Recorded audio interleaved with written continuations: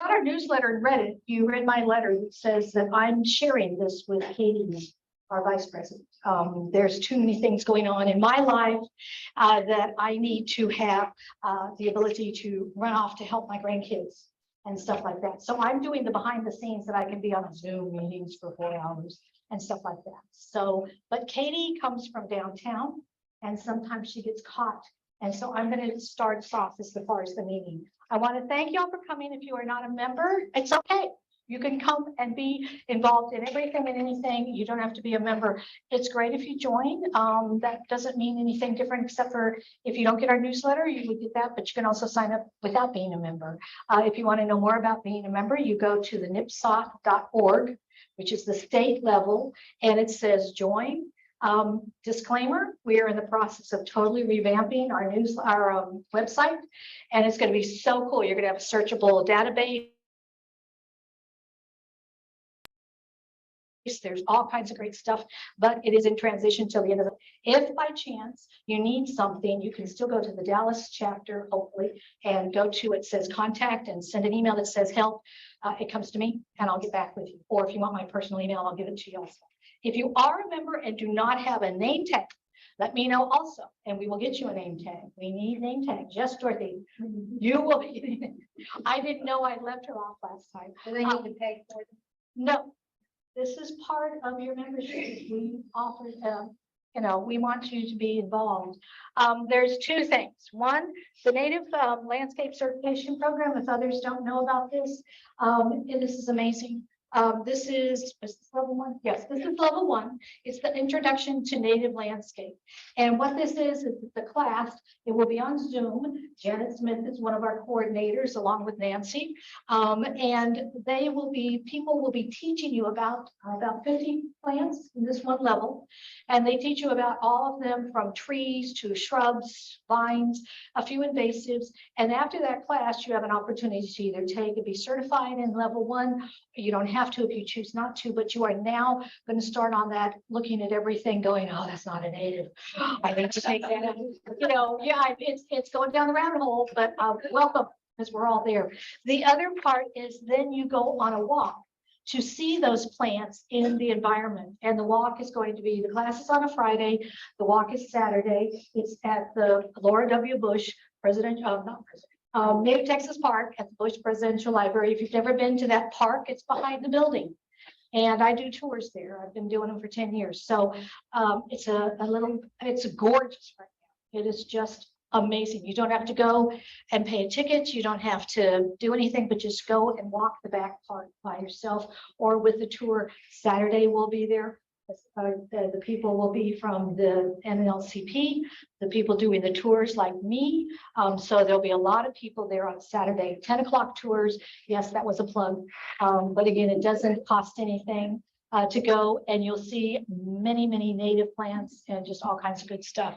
The other thing, just to kind of give you a teaser, is that the state has we've all worked together and developed 3 signs that are native Texas signs. They're Native Plant Society of Texas signs. I don't have a graphic because I left it at home, but you can't order them until June. And I'll have them at the June meeting, and you can buy them for cost, or we may be supplementing. I'm not sure how. It's very inexpensive. And there's one that does say you're a member, but the other ones are you need the biodiversity, you need native plants. So you can start putting them in your yard, or if you know of a place, we will put 2 out here. This landscape right here and in the front was designed by Carol Feldman, and the church or the building, the Christian Center, commissioned this area, and we will be putting signs. And the new executive director has asked if I will develop a handout of what the plants are and all kinds of stuff. So win-win. Yes, ma'am. I know there's 3 different signs. Yes. And you're going to get something on, say, which ones. Oh, yes, we're going to have the graphic, and you can choose which one you want. I'll know more details. We have to order them at the state level. And for right now, they're telling us it's going to be about $20, and that includes shipping. But I'll have more details. I just wanted to kind of. So we can order it in June. Yeah, we'll be talking about it in June. Yes. How do you put them up? Are they on a? They're going to be like those that you have, and you've got the 2 holes, and you can put either, depending on your rod, but they have 2 holes at the top and the bottom, about like what your monarch way station and all your other wildlife. Can you get them just the nursery, What? the post, the thing? You can get them at Home Depot. Oh, okay. Yeah, anything like that. But we'll give you more details and maybe have a sample of what to use. I think that was all. I didn't want to do any more time. You know about the milkweeds. Yes, ma'am. Oh, I forgot. Dorothy wants to give us a announcement of something that we could all do, and so does Cindy. So after you, Cindy, and then finish right off. All right. Thank you, Lois. Hi, I am Dorothy Buchel, and I am on the board of the Friends of North Haven Trail. North Haven Trail runs 8 miles east to west from basically from 75 almost to 35, and this basically, and it goes down Royal Lane on the Encore easement. And so this Saturday, May 20th, we are doing a planting on the very far west side of the trail with Texas Conservation Alliance. We're planting 100% native plants, and we are installing 4 pretty big pollinator gardens that are going to be managed and look really pretty, like Carol's looks out here. So we have irrigation for the first couple of years, and I'm looking for volunteers. So if anybody wants to come out on Saturday, it's from 8 to noon at the Pensive Trailhead. So you guys can contact me or look for me at the end of the meeting. I would love some help. Also, I've heard somebody has a Girl Scout troop who is looking for a project. We'll be in touch. You would love it. Okay, thank you so much, Lois. Cindy, and then if you want to announce who's our speakers. No. Just a little tip for the milkweed you're taking home. There are multiple seedlings in each cell that you received. The best tip I can give you is to separate them. Do that in a bowl of water and then slowly tease the roots out. So get all the dirt out, and then you can actually separate it a lot easier underneath water. Some of those roots are good 6 to 8 inches, and some of them are like this, but hopefully you get all good stuff. How are the plants? If you look at those roots, they have to be second year. Because as soon as at the soil line, the top half are much thinner than the actual root. They look awesome. Monarch Watch. They evidently it's a new grower, but they use smaller cells than the previous growers, but they came in much better shape. So yeah, could be, yeah. Daniel said it was one of his buddies. So I brought 2 different kinds of cactus, so please take some.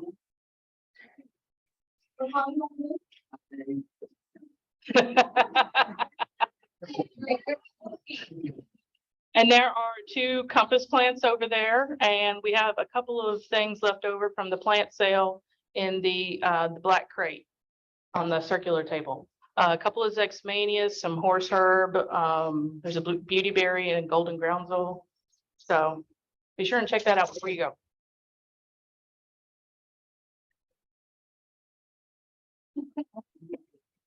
Real quick, Hayda, our treasurer. We made $2,714 at our sale. And it's thanks to all of you who brought plants and who came and helped us. And we have a couple of visitors here today, but my sister and I, all the people we spoke to, we invited them to the meeting, and I think we generated a lot of interest at the plant sale. So anyway, thank you all. Okay, so my good friend Janet wrote me into this little project here, and we have been to see the monarchs in Mexico. How many other people have gone to see the monarchs in Mexico? Yay. So we wanted to share with you some of our experiences and some of what that trip meant to us. Yeah, so we're going to try a couple of videos just to sort of set the mood, to let you have a feeling of what it's like to be in Mexico where the monarchs are overwintering. So can we skip that? What time of year were these taken? This was in February of 2023.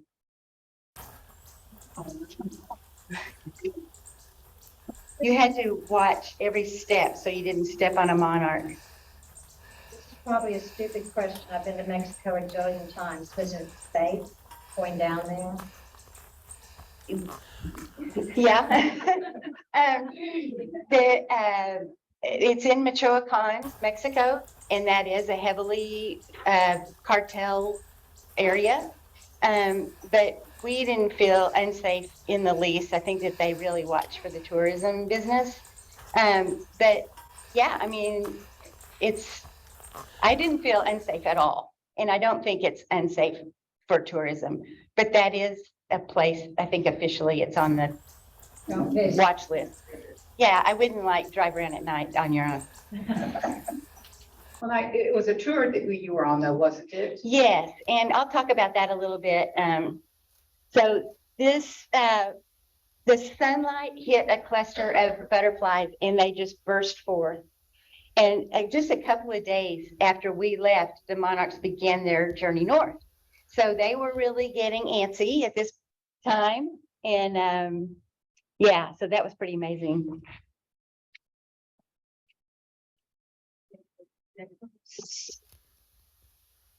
Yeah, it is mind blowing. And I'll tell you that Janet was there during a peak year. Oh, for Zoom. Okay. Janet was there during a peak year in 2007. And Steve and I were there in a really crummy year. And I tell you what, a crummy year is more incredibly mind blowing than anything I'd ever seen in my whole life. So you guys are a demanding audience, and we didn't want to just give you a bunch of, here's the trip, the pictures from our trip. We wanted to kind of set a little bit of context for y'all. So as you know, going to Mexico is ecotourism, and it has a bigger purpose than just taking a trip. These going down to the biosphere, it helps create awareness. I was amazed on our trip. Only about half of the people really were aware of monarchs. The other people were like, let's do something fun. I've never gone to this Mexico place. So we were amazed at the lack of awareness of some of the travelers and the lack of their knowledge about monarchs. So this made a huge impact. This was life-changing for a number of people on the trip who were like, oh, wow. You mean I could see a monarch in Dallas? Oh, wow. You mean they really fly all this distance? I mean, this was all mind-blowing news to them. And then it inspires actions. Ecotourism tour, right? Well, no, yeah. I mean, So is it advertised as ecotourism? no. Yeah, it's just, let's go to Mexico to see the monarchs. But that falls into the category of ecotourism is kind of my point. So these people were on the tour to see monarchs and they knew nothing about them. Right. Yeah, because they've been everywhere else and they needed to go here. It was on their bucket list. So that inspires action. So then people learn about things and they go home, and we have new budding activists, or we have new budding people who want to plant a pollinator garden. And so the ripple effect of taking this trip, they take this home. One of the more important things about this is it supports the local economy. We'll talk about that a little bit more. And it helps assign a dollar value to the monarch. So, sadly, in our world today, people don't value things that don't have an economic impact. So when you see an economic impact from the monarchs, it kind of bumps them up on the priority list. So I think this audience probably understands a lot of the challenges monarchs face with loss of habitat and pesticides and, many things that you guys have heard before. As varied and wide-ranging as the challenges that monarchs face, so are the programs out there. There are many, many, many programs in the United States. Even the Farm Bill passed recently has money in it to encourage farmers to put monarch habitat on their farms. USDA, U.S. Fish and Wildlife, all of these things that have monarch in their name are addressing various concerns that the monarchs have.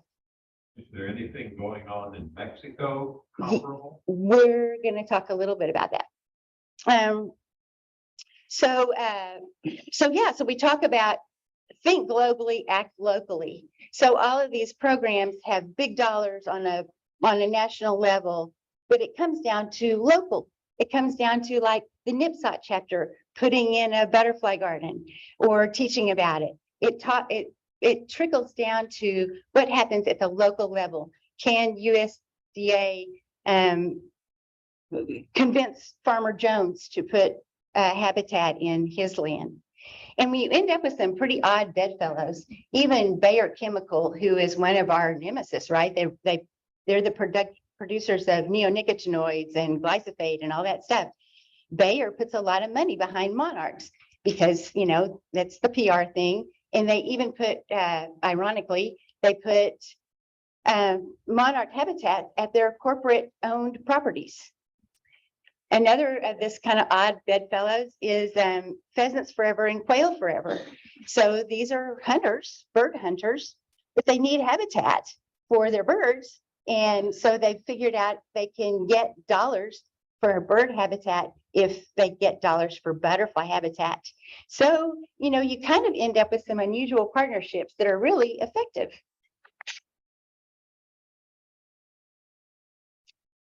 So we're going to talk about monarch conservation in the United States a little bit and also Mexico.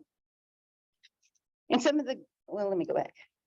Some of the goals for monarch conservation: help Mexico at the local level, increase habitat and reduce threats, and continuing learning and educating.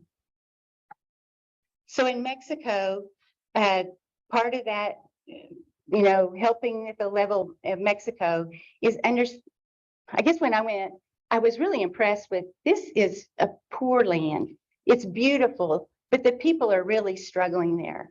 And it's an agricultural based property, territory, and the people face a lot of economic challenges. The agriculture was really pretty cool to learn about. They grew this chayote squash, which grows up on trellises, sort of like grapevines. That was kind of amazing to see. And then there were greenhouses everywhere out in the countryside. Well, it turns out that's one of the conservation things that is happening, is teaching the people to do farming with a reduced water use. Uh-oh. So this is kind of some of the economic challenges people face. These rudimentary markets and restaurants were that's what they had. It's a beautiful place, but it's pretty, you know, roads are bad, the cars aren't modern. In the bottom right, you can see there were houses everywhere that were in mid-construction. And when we asked about that, they said the dads would promise, I'm going to earn money during the season, and I'm going to come back and I'm going to build another bedroom. And so the family would live in these partially constructed houses with the promise that the dad was going to come back and I'm going to brick in that rebar next season, honey. And so many of the houses had rebar. They were still in mid-construction. I can't even imagine what it's like to live in that situation. Can I interrupt you? This side of the room is obstructed view because of where you're standing. So can we move Nancy further over?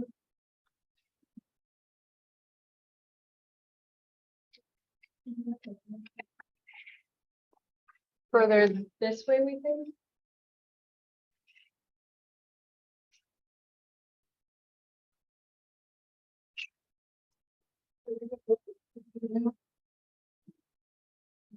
How about the Zoom? We invited you to have a clear view. But this helps me because we just put this together, so I don't know this presentation that well. Oh, yay. I don't have to hold the mic. Okay. So testing 1, 2. Can you hear? Is that good? So one of the important things about the going to these reserves is that it supports the local economy. So in the reserves, there are many entrepreneurial opportunities for people to have seasonal income. The reserves are only open from November to March, maybe February. So that's just a few months for these people to scramble around and make extra money. There's retail in these shops. You pay 5 pesos to go to the bathroom. You pay the little guy to ride his horse. But this is really important income for these people. Another of the goals for conservation is to reduce the threats to habitat. So avocado farming is a big deal. In fact, Michoacan is like one of the largest producers of avocados. And there's some avocado farming that's permitted within the biosphere, these mountains where the monarchs live. And there's some logging that's permitted, but there's a lot of illegal stuff that goes on. And they're really trying to combat that. In February of 2020, 2 of the main leaders of the Biosphere Reserve were brutally murdered by the cartel because of the stand they took against illegal logging. So there's challenges. Another goal of monarch conservation is to increase habitat. This happens to be the George Bush, which you guys can all come next week or come anytime. It's gorgeous. But all over the United States and in Mexico, we're trying to increase habitat for the butterflies. So this is a chart showing the space used in the overwintering places. And you can see how these last few years have been pretty low on the scale. The goal is 6 hectares, and we've only hit the goal twice in the last, since 2006, I think. So yeah, it's, when we were there, the overwintering was 2.21 hectares, which is a 22% decrease from the year before. So part of the goals for the monarch conservation are to have that 6 hectares. That's really what they want. And when I say hectares, I mean that's how much space the butterflies are filling up. So 2 hectares is a low butterfly population. 6 hectares is 3 times that many butterflies filling up that space. And a hectare is about 2 acres. Another of the goals of monarch conservation is to continue learning and educating through research and education programs. There are many of these, but Monarch Joint Venture and National Wildlife Federation are 2 that are really active. And if you haven't visited their websites, if you haven't attended their webinars, these are tremendous resources for learning for us. They do a lot of education throughout the nation. And they fund a lot of really important research.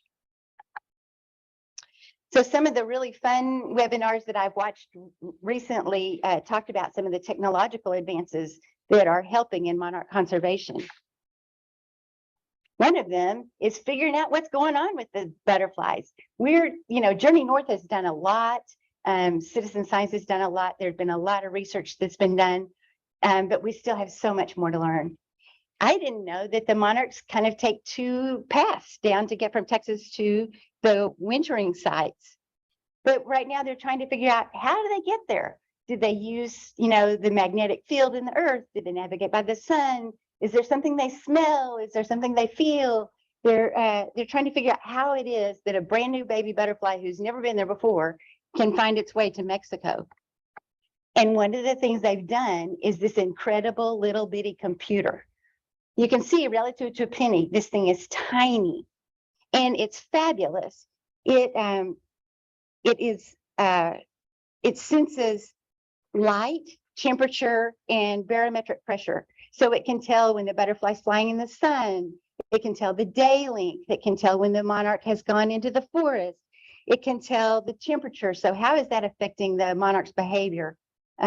We've learned that monarchs behave most when they're in a temperature that's the norm, and temperatures above and below affect their behavior. The barometric pressure. So how is weather affecting their commute? And this is the tracker on the butterfly. It's pretty amazing.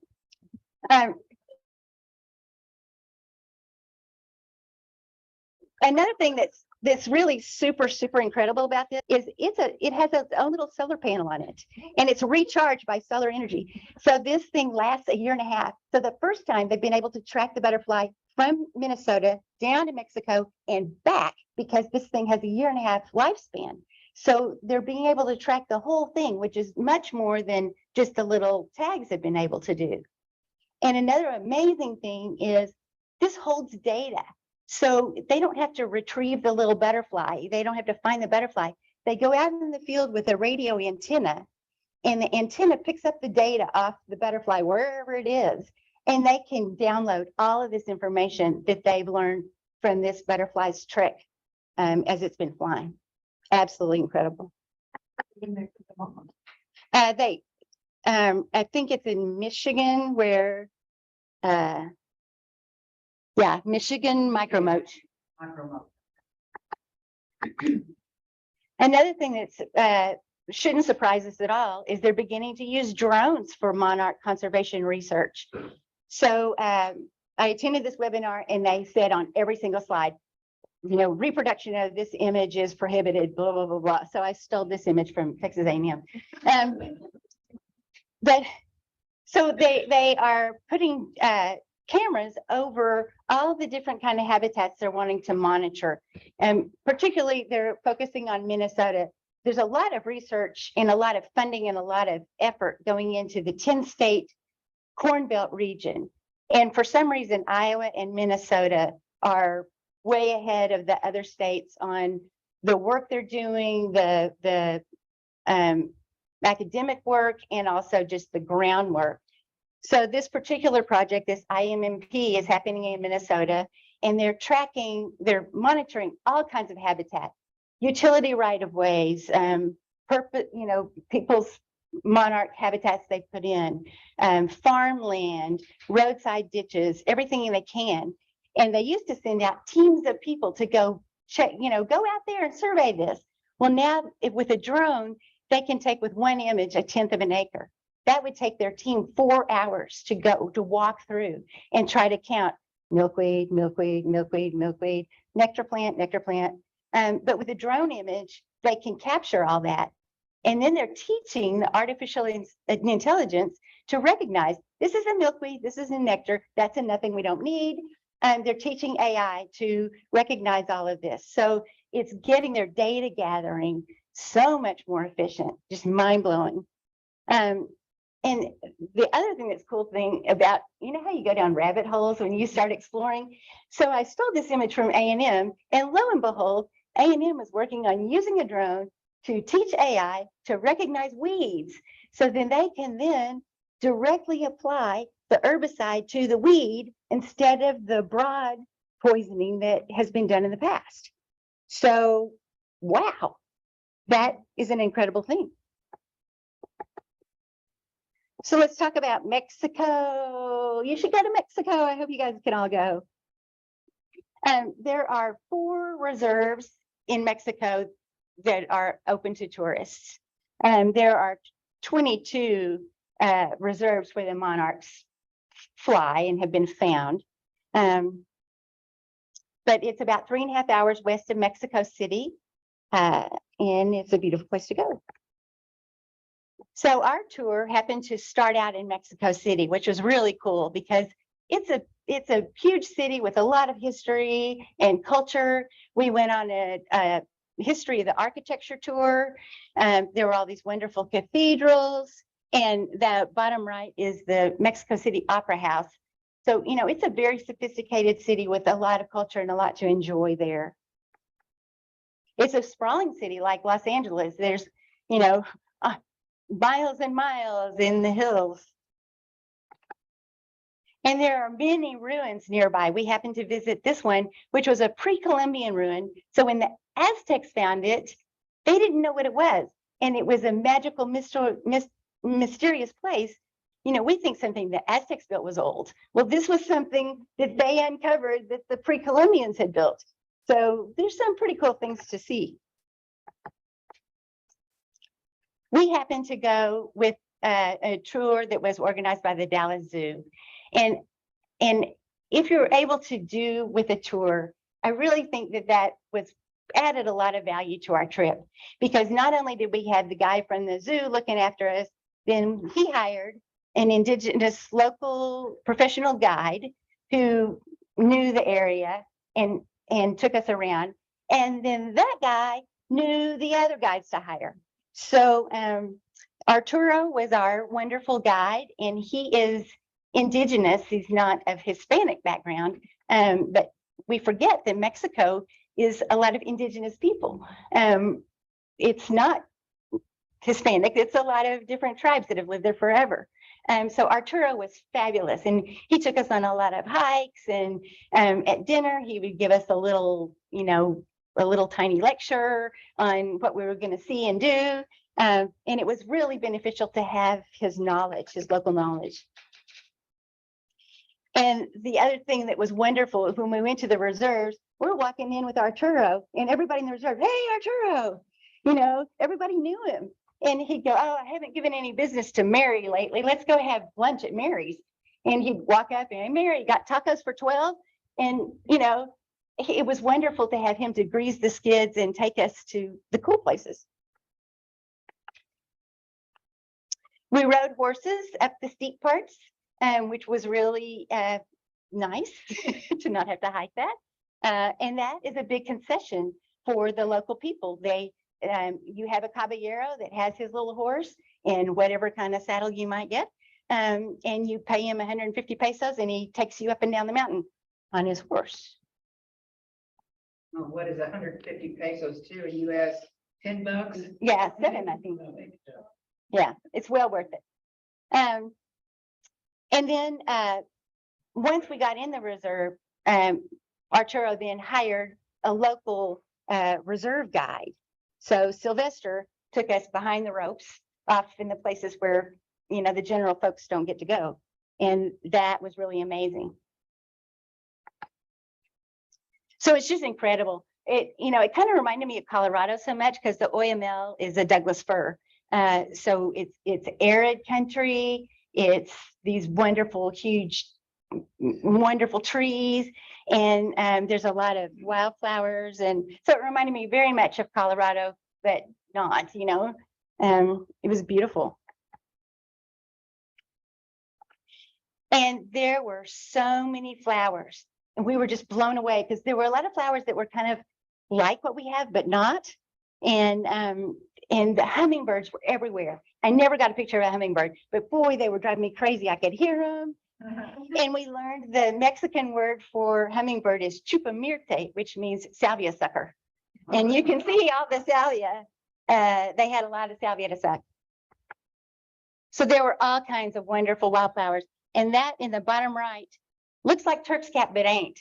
So I haven't learned the botanical name yet, but the foliage is completely different from our Turk's cap. And they did a lot. The butterflies were nectaring. It'd be sunny, and they'd go down and let's have a little drink here, and it was just amazing. And So- what was the weather like when you were there? We were told that it was going to be cold, so we dressed in layers. We had long johns and jackets and all that. 10 minutes in, we're peeling all this stuff off. It was pretty warm, but it's winter, and you're at 10,000 feet, so it's chilly. I mean, I think I kept a jacket on most of the time. I don't know. It was not as cold as when Janet was there. And in 2016, they had a huge snowstorm that came through, and it took out a lot of the trees.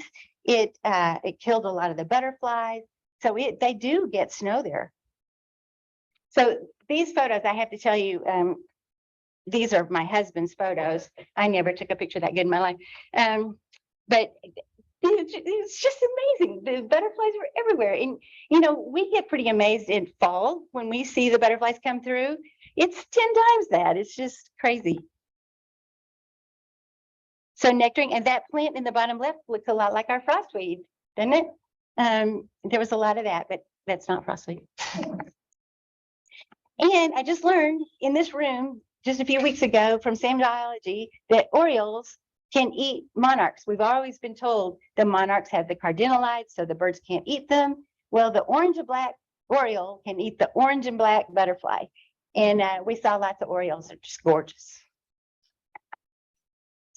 And I don't, pictures just can't tell you what it's like to see these masses of butterflies. I don't even know how many are on a branch. It's, Go back to the previous one, yeah. Would you describe how big those are. Steve, can you? I would say that they're like this. And all up and down and just dripping, the clinging on, yeah, it's. And it's layers and layers of butterflies. The ones on the inside stay warm. The ones on the outside. Vying for space. Do they, I wonder if they change positions. Yeah, it's very much like the penguin. Because when I went, was right at the time that Mark the May was being passed. And it was exactly like that. And the ones on the inside had such a good position, they didn't ever move. But the ones on the outside are trying to improve their position, so there was. Yeah, just like the penguin. So these are all just eye candy. Yeah, it.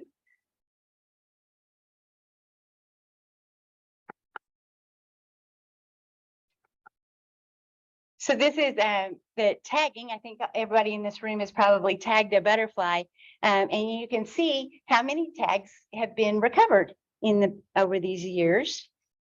And that in the middle is Sylvester, the guide that was our guide inside the reserve.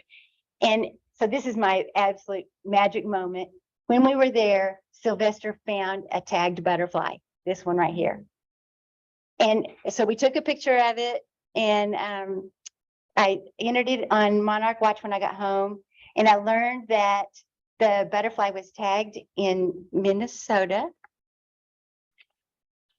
In Creeks Meadow, Minnesota, Wisconsin. So that butterfly, if it flew straight, it would have flown 2,115 miles. Of course, we know how a butterfly flies. So it probably flew 4,000 miles to get where it's going. And the creme de la creme for me is that I wrote a letter to the lady who tagged the butterfly, and she said, yes, meet me. Steve and I are going to go to Wisconsin this summer, and we're going to meet her in Creeks Meadow almost exactly a year to the day from the day she tagged that butterfly. That's 35 hours. You can do it like that in 35 hours, I don't think, can you? No. So, flying 35. That's Google's. No, that's Google Maps. That's just driving. It doesn't have, there's no butterfly icon for how long it takes.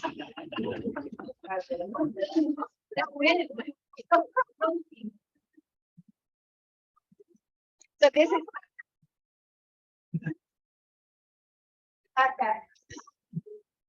So now I'm going to hand it over to Janet. So what was the travel time for that monarch? Oh, who knows? Probably about 2 months. So it had a date, she put it on there, right? She tagged it in August, and it was recovered in February, but it had already died. But it generally takes about 2 months for them to get up there from the northern United States and southern Canada down to Mexico. They arrived in Mexico. Yeah. You know,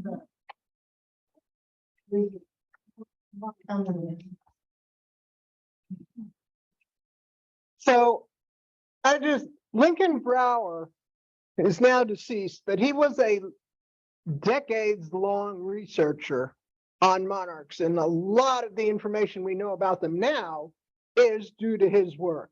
But I saw this quote from him, and it really hit home. And like Nancy said, we tend not to value things that we don't have to pay for or that have no economic value. But we still need to treasure them, or we're going to lose them. And we're seeing the loss of these butterflies in our lifetime, on our watch. As we've seen, 2/3 of wildlife has disappeared since 1970.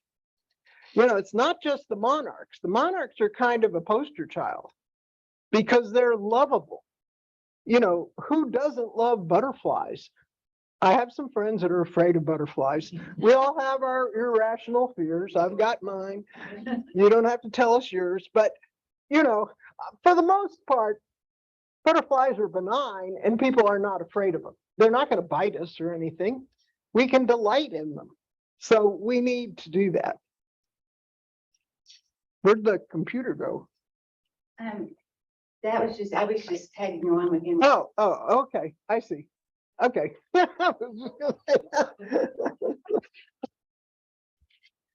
So,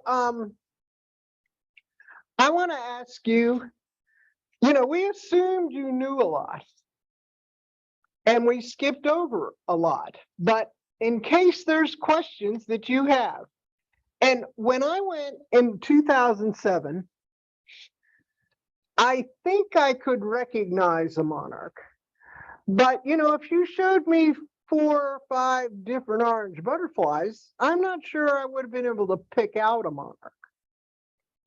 And I remember I went on a trip that was with a group of Hispanics that live here in Dallas that had been traveling to Mexico usually twice a year on historic and cultural trips.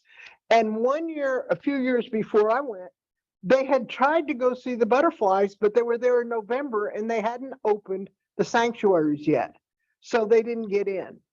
And one of my classmates in the Master Gardener program, and one later was a classmate in the Master Naturalist, Francis Gonzalez, sometimes traveled with this group. So I just kept, Francis, get him to go to the butterflies, get him to go to the butterflies. So they planned a trip to that. And only about half their people signed up. They usually had a bus full of about 44 people. And we ended up with only 22 people. But I invited everybody I knew. And one of the people I invited was our speaker from last month, Judy Mayer. And I knew Judy from kayaking at White Rock. And I knew she liked to travel and that she spoke Spanish. So I just said, hey, you want to go to Mexico on this trip? And she says, sure. And last week, Judy and I have been good friends ever since, and we roomed together on that trip. But last week, when we were the only 2 at the Butterfly Garden, and we're the 2 that started it back in 2008, and so we were alone in the garden for a few minutes, and she said there was something she'd been meaning to tell me. And she said that that trip had changed the direction of her life. And she had never mentioned that because it gave her a new interest. She was in the process of, she was a professional tutor and she was trying to retire and try to figure out what she's going to do with the rest of her life. And then she took the Master Gardener training, she took the Master Naturalist, and she took advanced insect training. And, you know, she loves talking about all this stuff and teaching, and she loves working with kids. I don't do kids. So I'm so glad there's somebody that's going to take that part of the audience because it isn't going to be me. And but that got me thinking about the impact my trip had on me. And unlike Nancy, I was with a group of people who didn't know anything about monarchs. None of them did. I was probably the most knowledgeable.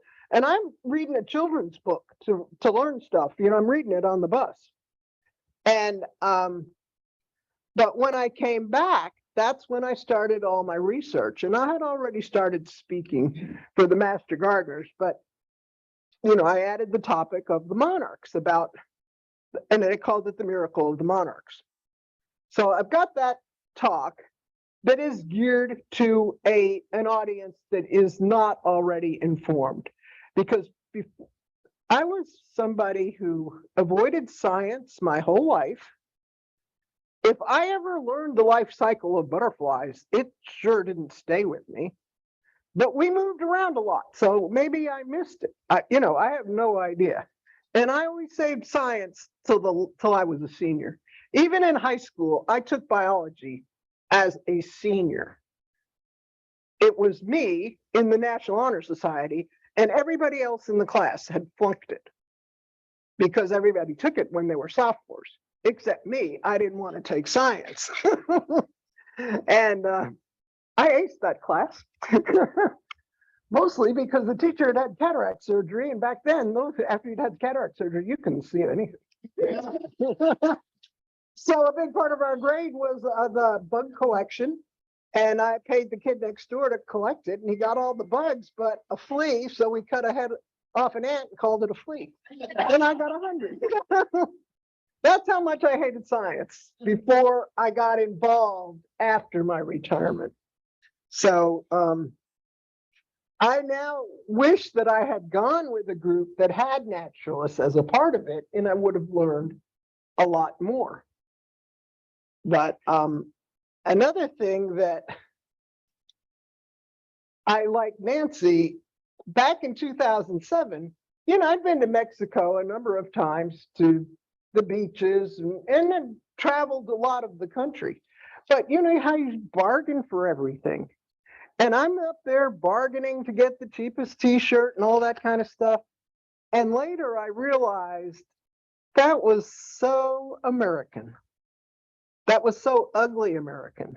If I went today, I would give them twice what they were asking, because now I understand their living conditions. And back then that didn't resonate with me, and it wasn't brought to our attention. It was right in front of us, but it, you know, how lots of times you don't see what's right in front of you. And that's one regret I have. And I did always think I would go again. But right after I went was when the cartels took over that area, and it was a no travel zone. And then the numbers kept going down and down.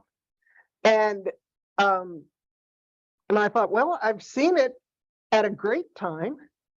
It has never been as many butterflies again as there was the year I was there. And I read something, I'm on a monarch discussion list, which Nancy's on also. And one lady said, you know, that she had been in 2007, like I had.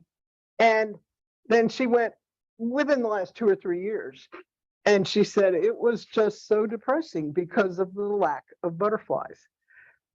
But if you've never seen them, it's fantastic. But a few years after I went to Mexico, my friend Francis and I went to California to see the butterflies there. And we went to Pacific Grove, which was historically one of the big places where they overwintered on the West Coast. And Pacific Grove is right next to Monterey.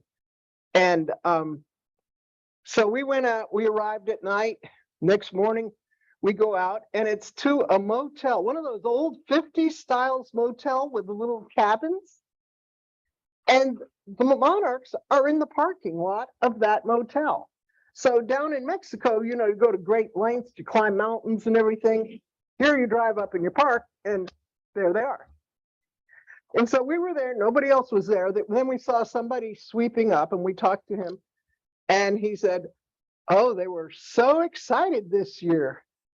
They had 9,000 butterflies. And we'd seen like millions. And I said, where are they? You know, and he said, well, they're in the trees, but you won't see them till this afternoon when the sun hits the trees. And we went back, and it was good that we had that time to adjust our minds and our expectations. And we went back and could be excited about what we were seeing. And the other people there were excited about what they were seeing, because of course it was more butterflies than anybody had seen at once anyway. It was only those of us. When we were there, we were told there was 10,000 butterflies to a branch. So, and you know, the area they were covering there at Pacific Grove probably was about the size of this audience. I just want to bring it back to, like, what do you want to know about monarchs? Yeah, I'll get to. For one thing, is that a good picture? That's tropical milkweed, yes, and that's one of the things that I will mention. But I wanted to give a little of my, because actually I thought some of my slides were going to be at the end of Nancy's program, but they're at the end of my program. But anyway, so we had different experiences, and another way it was different was it was very cold when we were there, and we went to El Rosario one afternoon, and we went to Sierra Chinqua, the same two that Nancy went to. We went to Sierra Chinqua the next morning, and it had snowed overnight, and the ground was covered in snow. We did not see any flowers at all. We saw no blooming plants. And the few days before we got there, there had been a big hailstorm. There had been lots of rain, and our tour guide manager was in constant contact with people because it was quite possible we were going to have to rearrange our trip to avoid the bad weather. As it turned out, we were able to do it exactly as scheduled, but it was cold, and we had on every layer of clothing we owned. And those of you that know Judy know she's a minimalist, and she could travel 5 days wearing the same white shirt. I don't have any white shirts because I noticed I could leave my bedroom, walk down the hallway, and by the time I get to the kitchen, I already have something on me. Then I'm thinking, what, talk about pig pen.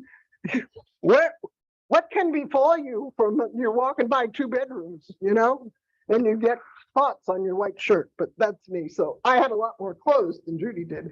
And if you know Judy, she's slim.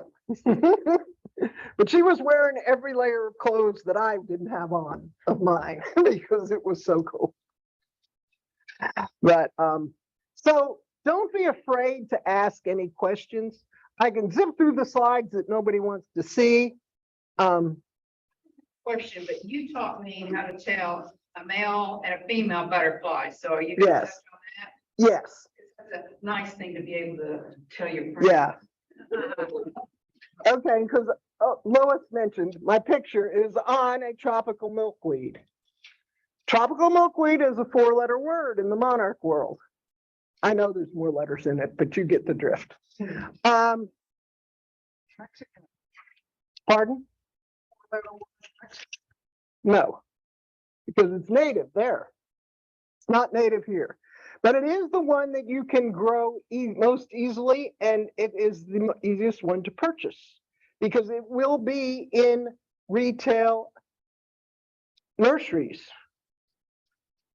But you have to cut it back by October 1st because it can carry the OE parasite. And if the monarchs get in touch with that parasite, it deforms them and their offspring. And it is a big problem in the monarch world. So much so that one of the researchers thinks that it is the biggest factor in the population decline because the amount of plantings of tropical milkweed started about the time the population took the big drop. That's not a universally accepted theory, but it might be part of the causation of the decline. So I have to admit, I have grown this for years. I do cut it back. And the reason I keep growing it is a fantastic nectar plant. And I see all kinds of insects on it, including monarchs and other butterflies, hummingbirds. I mean, it's a very beneficial plant to the ecology, but you have to cut it back. How far? To the ground. And if it comes back, cut it back again. And why so early? Because you don't want the monarchs that are coming through, migrating through here to have it available. Because it has the strongest toxin of all the milkweeds grown in this country. And it can They think it can lure them out of their sexual diapause. The monarchs that migrate do not sexually mature until they start heading north. So the whole time they're migrating from the Canadian border area all the way down to Mexico, they are not sexually mature. But come spring, when they're going to start heading back and the plants are available for them to nectar on during their flight, and hopefully there's milkweed available for them to lay their eggs, that's when they become sexually mature, and most of them mate in Mexico or in Texas. Of course, if you look at the map, that's 2/3 of their journey. There's been reports as far north as Oklahoma and Arkansas of that returning generation mating and laying eggs there, but most of it happens in Texas and Mexico. And you know, we're all the time talking about climate change, and climate change has a big effect on the monarchs as it does on every living thing. But the biggest influence to the population of the monarchs each year is plain old weather. And the warmer it is in Texas, the more monarchs that there will be. And a couple of years in 2019, and again in 2021, we had cooler than normal summers. Not so much that we might notice, but it was 5 degrees cooler. And forget I said that. That's not what I wanted to say.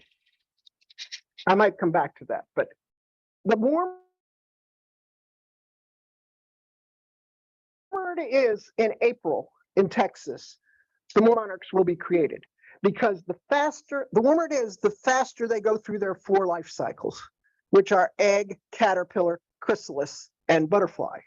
The butterflies that are hatched out in the spring and summer only 2 to 6 months versus the migrators that live 8 to 9 months. And they change in the caterpillar stage, and they're programmed differently. The ones in the spring and summer are programmed to reproduce. Like most living things, their number 1 physical drive is to reproduce. But the monarchs the eggs that are laid starting in late July, those are programmed differently, and they're the migrators. So, and my usual talk starts with this, because I want to establish what is and is not a monarch. And so the upper right is a Gulf fritillary, our most common orange butterfly here in our area. Upper right is the painted lady, another very common one that we see mostly in the spring and the fall, as is when we see the monarchs. This one is a queen on the bottom left. It is a biological cousin to the monarch, but it's darker and it has white spots on the orange as well as the black. Monarchs only have white spots on the black. So a butterfly is flying over. Are you going to be able to determine? Probably not, unless you have a lot of experience. You know, it took me years to be able to identify them in flight. So then how do you tell the male from the female? So, and this is true on the queen and the monarch, but there's hundreds of species of butterflies, and some of them have different physical characteristics between the male and the female. Some of them look just alike, but each species has the difference is different. So that, you know, it's not every species of butterfly that's going to have the same traits as a monarch. So for the monarch, the male has spots here on the hind wing, right close to the abdomen. That indicates a male. So when I'm on that trip to Mexico and I'm reading this every day, trying to get it into my head, and I'm having a hard time remembering which is which. But eventually it dawned on me, in a species I'm more familiar with, humans, which gender has round things on the bottom half? And never again did I fail to remember how to tell. And I bet you won't either. And I started doing my talk in 2007. Life was a little different then. And I said, the female has the wider veins. Think of it like eyeliner, you know? Well, you know, in the early 2010s, we went through the metrosexual phase when men started wearing makeup and everything. So I couldn't say that anymore, but I think you get the idea. Now, to tell that those are darker veins, it's hard to tell unless you have a male next to it to compare. But so the spots are the real indicator. And like in all species and all beings, some have bigger spots than others. Oh, Janet, Yes. Go back one. Those pictures show the male being darker than the female. Is that actual or just an artifact of photography? Just, I've never heard that mentioned as one of the characteristics. So it's probably just the lighting and the normal variation. Looks like she has highlights. He does, yeah. So you want me to go through the life cycle or does everybody know it? Oh, yes, please. We're beginners, so. Okay. Okay, so the 4 stages are egg, caterpillar, chrysalis, and adult. And although the length of time is average among all butterflies and it applies to the monarchs. But the spring and summer monarchs, 2 to 6 weeks, and the migrators, 7, 8, maybe even 9 months. Some butterflies, not monarchs, are mated while they're in the chrysalis. So they have a shorter life. And some butterflies that can metabolize proteins can live much longer. So there's a lot of variation among the different species. So here's the mating. Yes. What are some things that would make the chrysalis not actually mature into a butterfly? I'm sorry. What are some things that would make the chrysalis not actually like mature into a full butterfly? Like it just stops at chrysalis? What? Oh, any number. I'll kind of cover some of it, but Okay. remind me again if I don't bring it up. Okay. So mating, you know, we think of butterflies are very gentle creatures, but monarch mating, not so much. They'd have a little problem with the Me Too movement, I think. Because in one seminar I attended, they call it coercive mating. Basically, the male is going to go after anything he perceives might be a female monarch. And I have seen them going after male queens repeatedly because they look so similar. And the male's going to try to hook on to the female. The butterflies mate by uniting the bottoms of their abdomens. And the male has these claspers to hold the female. And he's going to try to clasp on to basically anything he can get that he thinks is a female monarch. And eventually he'll get successful. And they will stay together perhaps up to 16 hours. And the actual passing of the sperm sac happens at night. So if he gets lucky and mates early in the day, they're going to be together a lot longer because nothing's happening. You know, the end result isn't happening until the nighttime.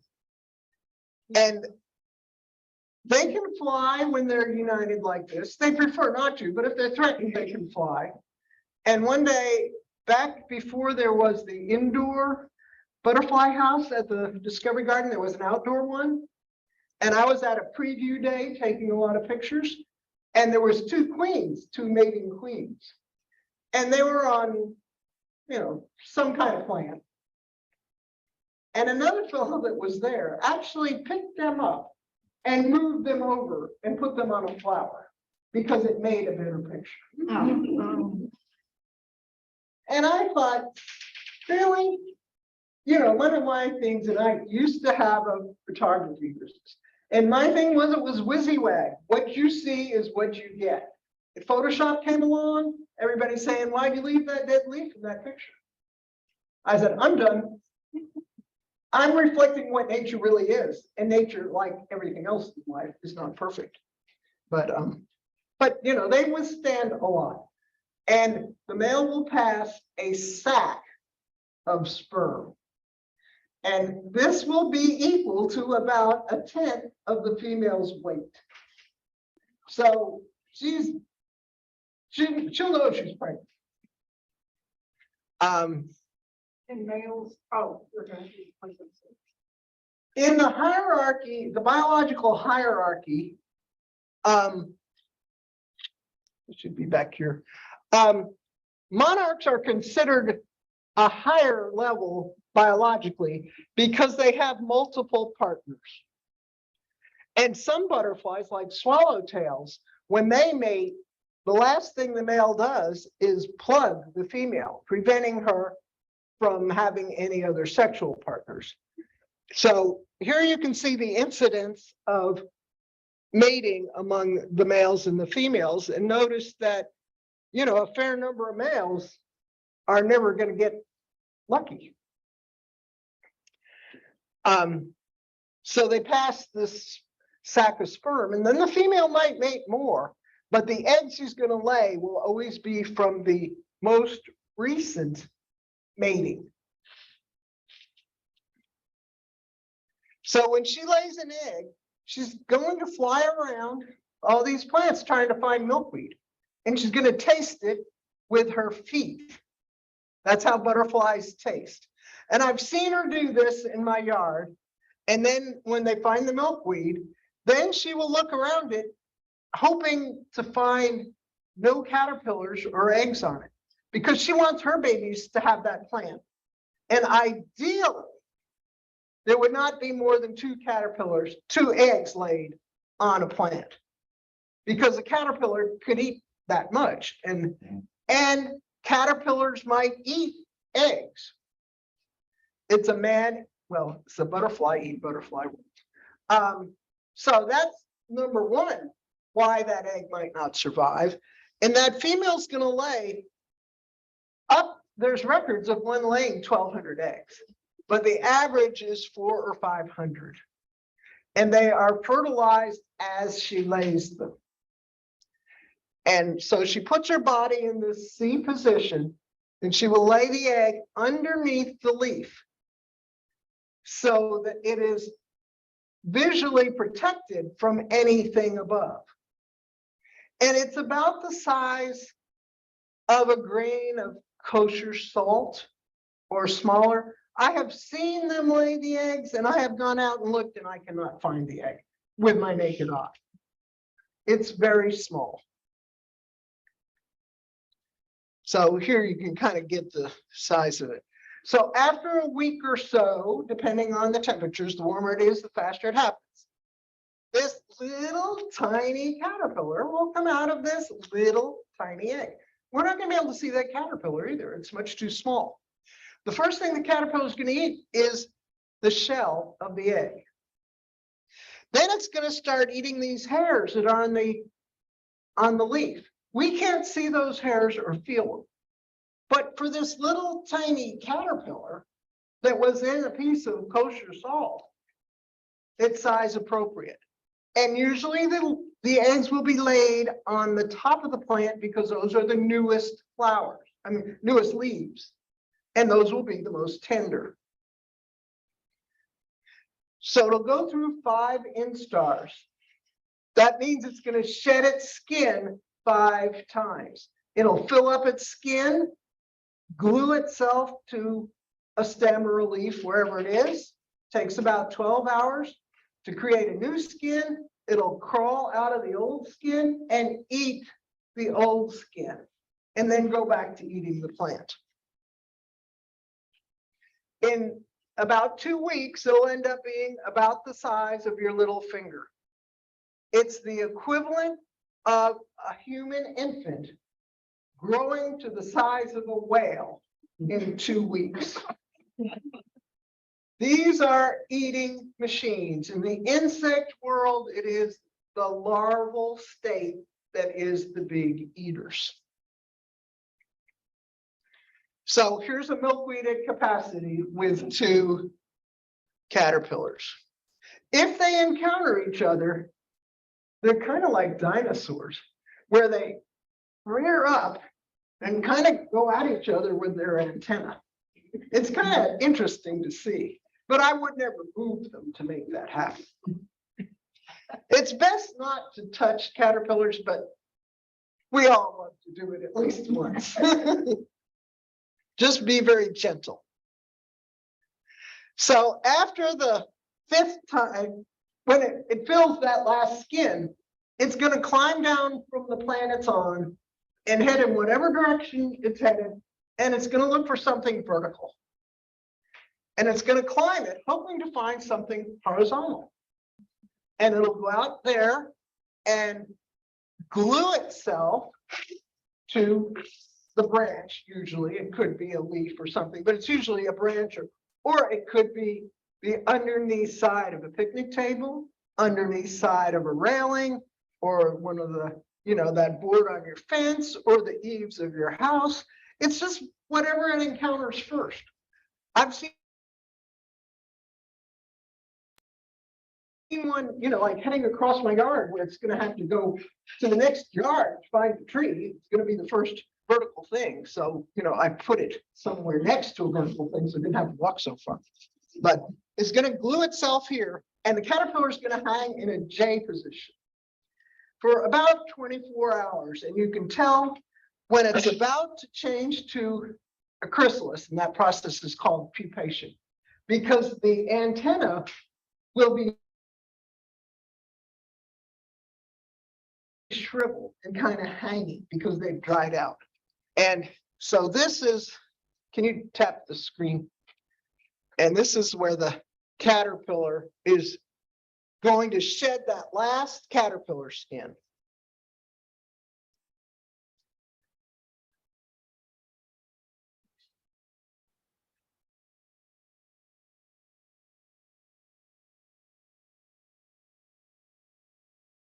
And the skin has torn from the bottom like it had a zipper or Velcro. And see this here? That's the cremaster. And that's going to attach to the white glue and make it more secure so it can move around better without losing its grasp on that little branch. And it wants to get rid of that skin, because if anything is touching the chrysalis, it could deform the butterfly. So when he was a caterpillar, that's a very dangerous time in life too. I mean, the egg can be eaten by anybody. The caterpillars are food for birds, and wasps love to sting caterpillars and kill them. The reason that the monarch only will use milkweed to lay their eggs is milkweed has a toxin in it that is poisonous. Well, it's toxic to vertebrates. Those are animals with backbones. So it is still subject to insect predation, but mostly not, except for the exception of those couple of birds. There's another one in Mexico that can eat them too. But that's what protects the caterpillars. But I've seen wasps come and they'll parasitize. there's several kinds of insects that will lay eggs inside of the caterpillars and parasitizes. And when they form their chrysalis, you can often tell that something's wrong. And it's really yucky. I had some and they just started dripping and disintegrating, and it was sad and ugly and messy. So that's another way that. Oh, did you play it again? Yeah. Oh, I thought I already saw that. Okay. So after 12 hours or so, the chrysalis will look like this. I'm wearing an exact replica of a monarch chrysalis. This is in glass. And I got it at Pacific Grove, California. It's one of my treasures, not because of its monetary value, but because of its meaning to me. Aren't they closer to the color around your neck as opposed to this deep Yeah. green? Yeah. Yeah. And these dots on it they're on every one in the same places. And this line of gold dots might be the reason they're called monarchs, because this looks like a tiara or a crown. They're not quite sure how they got called monarchs, but that's one of the theories. And then about 24 hours before the butterfly is going to emerge, which is called eclosure, the skin of the chrysalis becomes clear and you can see the butterfly wings. During this stage, it has completely reorganized its whole being. It is turned to liquid and reformed from the caterpillar to the butterfly. And when it emerges, it's going to be this big. It's been stuffed in this little thing. And it's going to end up with a 3 to 4 inch wingspan. So it's crowded. So this is what happens when it emerges. And I decided early on in my career, I wasn't putting YouTubes into my PowerPoint. So that's why you can go on YouTube and see this happen. But, when the butterfly is ready to emerge, the chrysalis skin is broken and the butterfly starts walking itself down. And when it gets, that's where it wants to end up. It's not unusual to get stuck in here. And if it does, it's going to die. There's nothing we can do to help or anybody else or anything else. So that's another dangerous time in life. But they come out here and see how big the body is compared to the wings. Well, the wings are, the butterfly is just going to hang there a while and let its wings unwrinkle, let gravity help. And then it's going to pump the fluid that's in its abdomen out through its wings. And the wings will never be bigger than they are when it has finished pumping that liquid. So if at this stage they have 3.5 inch wings, they're never going to be a 4 inch wing butterfly. The wings never grow. The body can grow, but not the wings. So while it's hanging here, it's pumping that liquid. Like here, it's got all the liquid out. That's its maximum size. But see this curlicue? That's its proboscis. And it comes in 2 parts. And it's got to kind of weave it together so that it'll be able to drink nectar. And it does that by blowing it out and bringing it back. You remember those party favors we had as kids? That's exactly what the monarch's doing. So I used to volunteer a lot at the butterfly house at the TDG, but I cannot tolerate heat and humidity. And I was dying in that place because that's what it needs to be, is hot and humid. And I can't tolerate that. So I don't do that anymore. But people are always wondering, why doesn't it fly? What's, why is it doing nothing? Well, it's not doing nothing. It's making sure it will be able to eat. And it's letting its wings solidify. A lot of people say dry, but they were never wet, but they need to kind of solidify. And then it'll start flapping its wings and eventually take that first flight. And often that first flight is not successful. It will fall and land on whatever's below it. And it'll usually sit there, then flap its wings some more, and usually the second flight is out of sight. And that's how it becomes a butterfly that will live up to 2 weeks. In the wild, only 2% of eggs become butterflies. That's why she's laying 400 eggs. 400 eggs would produce maybe 8 butterflies. It's a cruel world. The chance of survival is very slim. Did that answer your questions? Thank you, Nicole. Any other questions? Yes. So if they would lay 400 eggs and us as people, pollinators, gardeners, put in a few plants and lay. The milkweed. The 2 eggs on each one of these milkweeds, is it helpful? I mean, will they go? Will they find the other milk?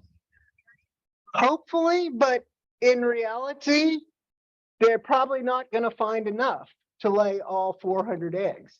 And a behavior, it's not uncommon for them to do what is called egg what's the term? Egg dumping. We'll find ours if we got in there, or is it Hopefully. maybe not? Well, we can only hope. We do the best we can, and we hope they find them. An article that I read yesterday that was not fact checked, so I don't know if this is true, but their observation was that the butterflies were more likely to find the milkweed if it was on the edge of a garden than in the middle of a bed. So, and I know, I'm in charge of the garden at the bathhouse at White Rock. It's my master gardener project. And we have planted a lot of native milkweed in that garden through the years. I don't think we ever had a successful plant as a result of that. But we have been blessed with 2 volunteers that we did not plant because they're in locations where we did not put them. And they're big now. And I have to admit, I have never seen a caterpillar on those on those green native milkweeds. I don't grow tropical milkweed in that bed. I don't want the controversy. And I don't want people thinking that's a good thing to grow. But we do have a butterfly weed, and Asclepia tuberosa, which is the orange flower. Usually, butterflies don't like to lay on that. When I say butterflies, I mean monarchs or queens. Queens use milkweed also, because it doesn't have that toxin in it. But we historically have a lot of caterpillars, so we had a lot of eggs on that. And 2 years ago, in 2021, it was very unusual that we had a population that remained in Texas over the summer. The first time since people have been recording the location of monarchs. And that was attributed to it being 5 degrees cooler. And we had a lot, dozens of caterpillars on that tuberosa. And we started taking them home, putting them in cages to protect them, and then we'd release them when they emerged. Well, we were running out of stems to cut to take home to feed them. So one day I thought, might as well take some of this green milkweed that's over here, got plenty of stems and nobody's eating it. So I cut one of them, stuck it in a bottle, and put it in the cage. Within a few hours, all those caterpillars had gone over to that green milkweed. But they were like third instars. They were at least an inch long. And I have not verified this, but my guess is the key word here, is that the mothers didn't lay the eggs on the British because it was too tough. Because it had those, it was the same leaves, it had stopped growing, and it was the same leaves that had been there for months, so there was no tender part of that plant. Whereas there was fresh growth on the tuberosa that her little baby caterpillars needed. And that when I put the green milkweed in there for them, then they were big enough to eat that. But, I'm a big proponent of native plants and native milkweed, but my personal experience with it has not been productive. I'm running way too long. Basically, there will be 4 or 5 generations before we have the migrators. So basically, in April, we have the first generation. They hatch out in May, then the second generation is June, the third July, and then the migrators are the ones that emerge in August. And this is kind of the route they take in their migration. And the S means seasons. So we have the overwintering, the return of migration, breeding, recolonization, summer generations, and the fall migration. But right up the middle of the country. The monarchs west of the Rockies go to the California coast. They are mostly separate populations. There is some intermingling of them sometimes in Arizona or something. And they're the same species, but they're a distinct population. So this is the dates when we normally see them in Texas. And Journey North, which Nancy mentioned, is a website it's a citizen science website where you can see where other people have reported sightings, and you can report your sightings. So I downloaded this last night, and on Journey North, they track a number of animals and some plants is when they're blooming. But I use it mostly for the ruby-throated hummingbirds and the monarchs. So I know when to expect them and when they'll be leaving. So do you want me to continue with this, or, I mean, I know I'm running way long. Tell me what, I can wrap it up at any point. Okay. So the fall migration happens when the population is the biggest because it's the 4th or possibly in a good year, the 5th generation, each one growing exponentially. And it happens when the daylight shortens. That's the real trigger, not the weather, but the amount of hours of sunlight. And at that time up there around Canada, the temperatures fall into the 50s. This is in August, in late July. We'd kill for a 50-degree temperature at that time. And over 90% go to Mexico, to where Nancy and I have been. The residents in Florida, Costa Rica, and Puerto Rico don't migrate because it doesn't get cold there. But basically, the monarchs hate the heat and they hate the cold. So we see them in the spring and the fall. It's too hot for them here in the summer. So the eggs are laid from July 20th to August 7th. As I mentioned, they're biologically different, changes in their caterpillar, and they have marathon muscles because they're going to be marathon flyers. And they're designed to eat, store fat, and migrate. And their sexual maturity is delayed, and they're going to live 8 months on average. Janet, when you say they eat, that's just nectar, right? Yes, yes, just nectar. And so here's their eating season. You know, we have our eating season. Starts with Halloween. Then we have Thanksgiving. Then we have endless Christmas parties, New Year's, Super Bowl Sunday, and we wrap it up on Valentine's with the chocolate, right? Isn't that our eating season? Well, their eating season is birth, eclosure to November. So as they're flying south, they're eating and eating and eating and eating, and they just need to beef up as much as they can. So their bodies are growing. Remember, their wings never grow. So because while they're in Mexico, they might never eat. They might need to eat, and they're lucky, like Nancy saw a lot of blooming flowers for them to nectar on. We didn't see any of that. Maybe there had been some that got killed off in the snow. I don't know. But basically, they want to have enough food that they can get through the winter. And they go into kind of a torpor.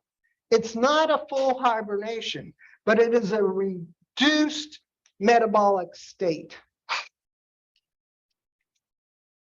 And you already saw this. And the one with the little blue asterisk is the year I was there. So it was good. And there's never been a year as good as that one. I've had lots of lucky breaks in my life, and I've considered that was one of them. Because, you know, who knew? So butterflies are denser than leaves. And when we first saw these Oyamel fir trees, we didn't know they were fir trees. We just thought they were trees with clusters of dead leaves.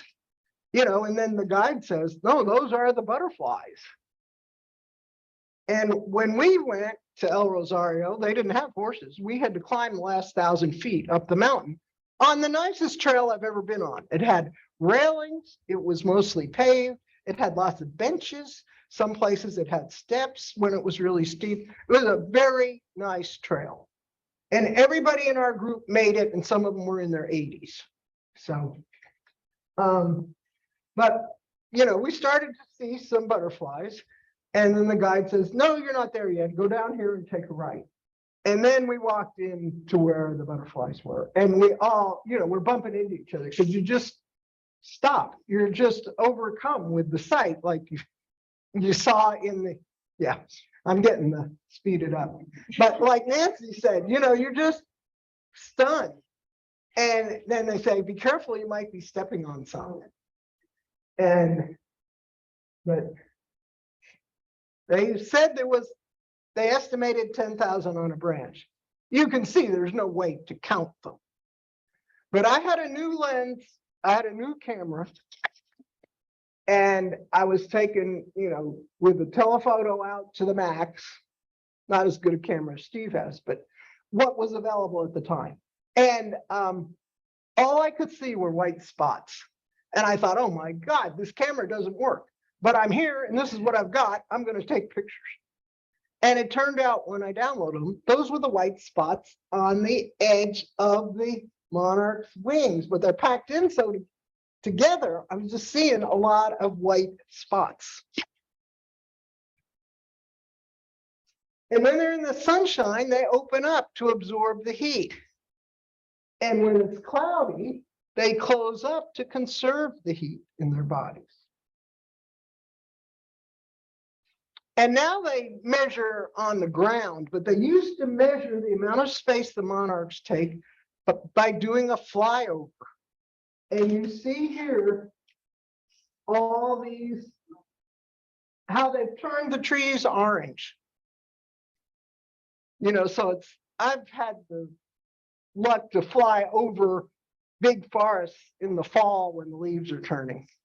But this isn't leaves, this is butterflies.